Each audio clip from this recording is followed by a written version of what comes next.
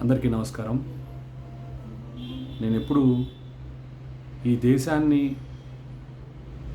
దేశాన్ని మార్చాలంటే ఎవరు మారాలి అన్న అంశం మీదే మాట్లాడతాను. రెండో అంశం నేను మాట్లాడేది ఎప్పుడు కూడా మధ్యతరగతి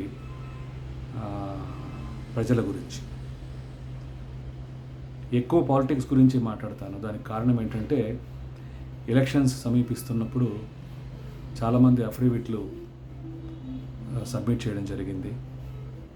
ప్రతి నాయకుడు దేశవ్యాప్తంగా, రాష్ట్ర వ్యాప్తంగా ఎస్పెషల్లీ చాలామంది నాయకులు వాళ్ళ అఫిడవిట్లో పాపం సొంత కారు లేని వాళ్ళే చాలామంది ఉన్నారు.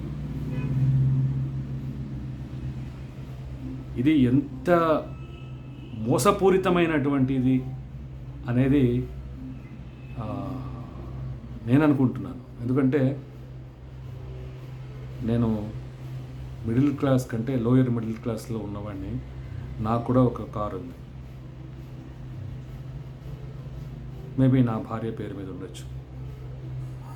కానీ కోటాను కోట్ల రూపాయల ఆస్తులు చూపిస్తూ, కోట్ల రూపాయల ట్రాన్సాక్షన్స్ చేస్తూ ఒక కారు, సొంత ఇల్లు లేకపోవడం, చేతిలో 5,000, 10,000 మాత్రమే క్యాష్ ఉన్నట్లు చూపించడం, ఇవన్నీ కూడా నిర్ఘాంతపోయే విషయాలు. నిజంగా చెప్పాలంటే ఎప్పుడైతే మన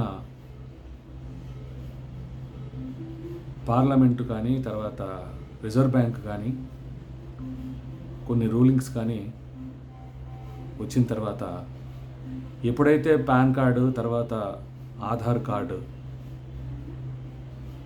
బ్యాంకులకి, ఇన్కమ్ ట్యాక్స్కి, అన్నిటికీ ప్రతిదానికి అనుసంధానం అయిపోయాయో, ఎవరెవరు ఎక్కడెక్కడ ఎన్ని కోట్లు ఖర్చు పెడుతున్నారు, ఎన్ని లక్షలు ఖర్చు పెడుతున్నారు, ఎన్ని వేలు ఖర్చు పెడుతున్నారు అని తెలుసుకోవడం చాలా ఈజీ. మరి మన నాయకులు అని చెప్పుకుంటున్నటువంటి ఈ వినాయకులు ఉన్నారే, భోంచేసే వినాయకులు, దేవుడు గారు, వీళ్ళ ఆస్తుల ఒరిజినల్ చిట్టా బయట పెట్టేవాళ్ళు ఎవరు లేరా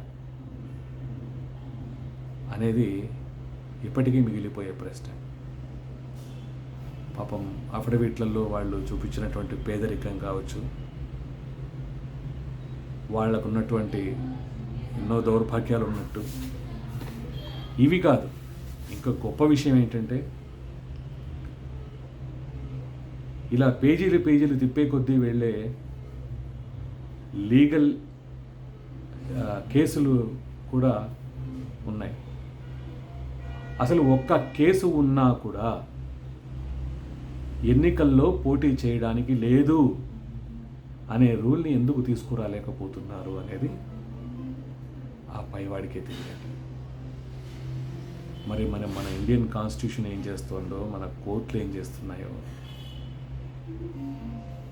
న్యాయ వ్యవస్థలో నిజంగా ఈ దేశాన్ని మనం కాపాడదాము అనేటటువంటి వాళ్ళు ఉన్నారో లేదో, అన్నీ ఆశ్చర్యకరమైన విషయాలు. ప్రతివాడు పేదరికంలో ఉన్నట్టే చూపెడతాడు, ప్రతివాడు దేశ సేవ కోసమే ఉన్నట్టు చూపెడతాడు. ఈ ప్రశ్నకి బదులేంటి అనేదే ఈరోజు నేను ఎంచుకున్న టైటిల్. జై హింద్.